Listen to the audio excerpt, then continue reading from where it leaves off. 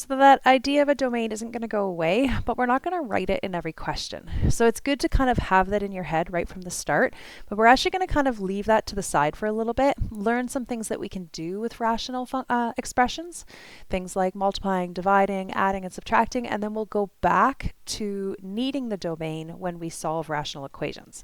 So what we're going to do in this lesson is simply simplify rational expressions. In other words, put them in lowest terms. So I've got quite a few examples here, but I thought before I dive into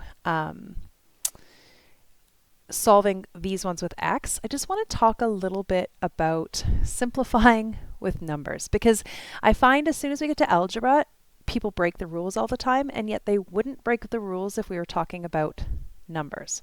So I have 3 questions here, and I want to know, what can I simplify and what can I not simplify? So for example, if you were to look at 6 times 3 divided by 8, there's a couple ways of approaching this question. One is that if you think of this as a fraction and you think of BEDMAS, you always treat it like the numerator and the denominator are in brackets. In other words, you'd simplify your numerator and your denominator before you would do the division. So if I was to do that, I would do 6 times 3 is 18, and then the denominator I have just an 8. Awesome. All my operations are done and I'm left with the division.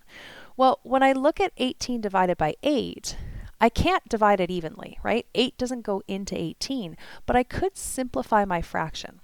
I could look to see if there's any common factor for the numerator and the denominator. In other words, is there any number that goes into both the numerator and the denominator? So when I look at this, I'm thinking that 2 can go into the numerator as a factor. So 18 factors to 2 times 9, and then 8 factors to 2 times 4. And then I can simplify the 2's to be left with 9/4.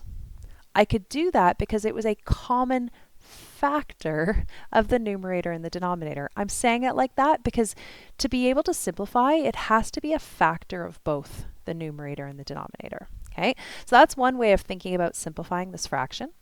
The other way of it is thinking about the fact that when you think about this as BEDMAS, this is 6 times 3 divided by 8, which I could write as 6 times 3 times an eighth. Now, as soon as you know that division is actually multiplication, right? Dividing by 8 is the same as timesing by an eighth. It doesn't matter the order that I multiply things in. In other words, I could write this as 6 times an eighth times 3. And then maybe I think of it as 6/8 times 3. And maybe I look for a common factor of 6 and 8, which would be 2. And you wouldn't show your work like this necessarily. I'm just proving a point. And then that common factor can come out, and I'm left with 3 divided by 4 times 3, which would be 9/4. I get the same answer. So I did my division first before I multiplied, and I got the same answer. And that's because this question was really just all a multiplication question. So I could multiply, then divide, or I could divide and then multiply. When you look at a question like this, 6 plus 2 divided by 2, I can't do it in a different order. So if I think of this from a BEDMAS perspective, you have to do 6 plus 2 before you can divide by 2, because it's like the numerator is in a bracket, right? So 6 plus 2 is 8, divided by 2 gives me 4. Awesome. That is how I would simplify this expression. Now, are there other ways of doing it? Well, sure. I could also say, hey, the 2 has to divide into both of these terms. 6 divided by 2 plus 2 divided by 2. This is the way we did division of a monomial in chapter 4, right? That would give me 3 plus 1, which is still 4. I can do that. But I had to divide both of the terms by 4. So that would lead me to another way of doing it, potentially, which is that idea of a common factor. If I look at my numerator, I could have pulled out 2. And if I pull 2 out of 6, I'm left with 3. If I pull 2 out of 2, I'm left with 1. And then I have that 2 in the bottom. And now I could divide before I do the addition, because now this is a factor. This is multiplying, this is dividing, and so I can do the division before the multiplication, and I'd still be left with 4. What people mess up, and I should do this in a different color because this is the thing that's not allowed. Where's my eraser? The thing that you're going to start wanting to do as soon as we make this algebra, so this is going to be things like x plus 2 over 2. The thing that people try to start doing is this. Oh, I'm just going to simplify that. And everybody thinks it's fine when it's algebra. They're like, oh, 2 divided by 2 is 1. And yet that would give me 6 plus 1 is 7. That's not 4. Why is that wrong? Well, I had to divide the 6 by 2 as well. Then it's fine. But I can't just divide one of the terms in the numerator by 2 because it's the whole numerator that has to be divided by 2. I would have to simplify the 6 plus 2 before I could divide by 2 because it has to go into both. So this is a condition. It's called cancelitis. It will affect probably 98% of you in this chapter. So I'm just trying to give a long-winded way of saying don't do it.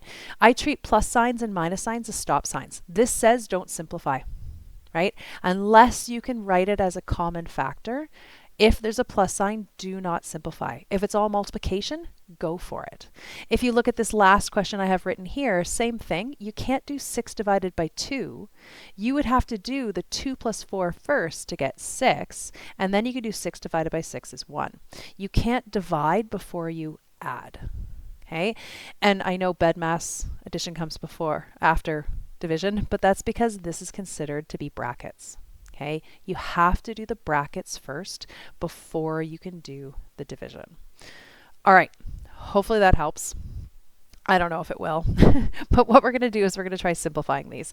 There's a question in your assignment for this chapter where you have to explain, what do you have to do to something in order to be able to simplify it? And what I want you to stop doing is, what that's getting at is don't do this. Okay, even though they're the same, you have to do the additions and subtractions before you can do any divisions. And if that can stick with you, great. All right, so we're going to look at this guy first. So if I'm going to simplify this rational expression, I'm going to read this as x squared times x plus 3 divided by x times x plus 3. But let me read this to you a different way. This is x squared divided by x and x plus 3 divided by x plus 3. Am I allowed to simplify? Yeah. There's no plus or minus signs that are stopping me from simplifying. So there's a plus and minus sign in here, but I could take that whole factor. X plus 3 divided by x plus 3 is 1. X squared divided by x, you can think of it as your exponent laws, right? When dividing powers the same base, you subtract the exponents. Or you could just think the x goes in and takes out a squared. But I would be left with x times 1, which would just be x. This is what we're looking for. But the hard thing is when can you, when can't you? So this next question, again, this one's factored for you. So this is all multiplication. So even though there's additions and subtractions in here, they're part of a multiplication, so they're in factored form. So the question is, can I do x minus 1 divided by x minus 1 gives me 1, right? Anything divided by itself. I sure can, right? I'd be left with x plus 2 divided by x minus 2. But now I have to stop. And that's the hard part, is that I can't simplify these 2's because they're part of a whole expression. I would have to add it before I can start dividing. X minus 2 would have to go into x plus 2 exactly, and it doesn't. They're different signs. So that's it. It feels weird when you first start doing it. You're like, I don't feel complete. I feel like I can do more, but you have to learn when to stop. So if there's no brackets, if there's nothing factored, unless they're identical, you can't touch it. Okay, next 2 questions. All right, so for this one, again, am I allowed to do x squared or y squared divided by y squared? No, because this is one big expression. So what I'll say to you is the theme of chapter 6, if you're asleep and I ask you a question, just answer factor. Okay, because no matter what you do, you're probably going to have to factor. So this is a trinomial. We're looking for 2 numbers that multiply to give me -3 and add to give me 2. So it'll be 3 and -1. And I'm going to factor this to y plus 3 times y minus 1. And again, if you're still doing AC method, that's totally fine. Do it somewhere else. Do it on a scrap piece of paper. Don't try to do it within your question because it'll get messy. And most of the questions will be with a 1 in front. So get used to just jumping straight to the brackets. In my denominator, I'm looking for 2 numbers that multiply to give me 2 and add to give me -3. So that would be -2 and -1. So that's going to factor to y minus 2 and y minus 1. And now I'm left with that question that we just did, where I'm allowed to do y minus 1 divided by y minus 1 is 1. And I'm left with y plus 3 times 1, so just y plus 3, over y minus 2 times 1, so just y minus 2, and I'm done. Just stop. All right, what about this next one? This next one's super tempting because 10n divided by 5n looks like it would give you 2, and 50 divided by 25 looks like it would give you 2. But no, you're not allowed to divide before you add or subtract. So we have to look to see if we can factor. When I look at my numerator, I can greatest common factor out a 10. I'm left with n plus 5. In my denominator, I can greatest common factor out of 5. I'm left with n plus 5. Now I have that common factor of n plus 5, so n plus 5 divided by n plus 5 is 1, and then I'm left with 10 divided by 5, whoops, is not 5, is 2. So my answer to this would be 2 times 1 is 2 over 1 times 1 is 1, so I don't have to write anything. So that one's a bit tricky because yes, we could divide them and get 2, but for different reasons. You know, if I tried to do them separately, I would get 2 plus 2, which would be 4, which wouldn't work, right? So you had to factor it to see that it would simplify to 2 only.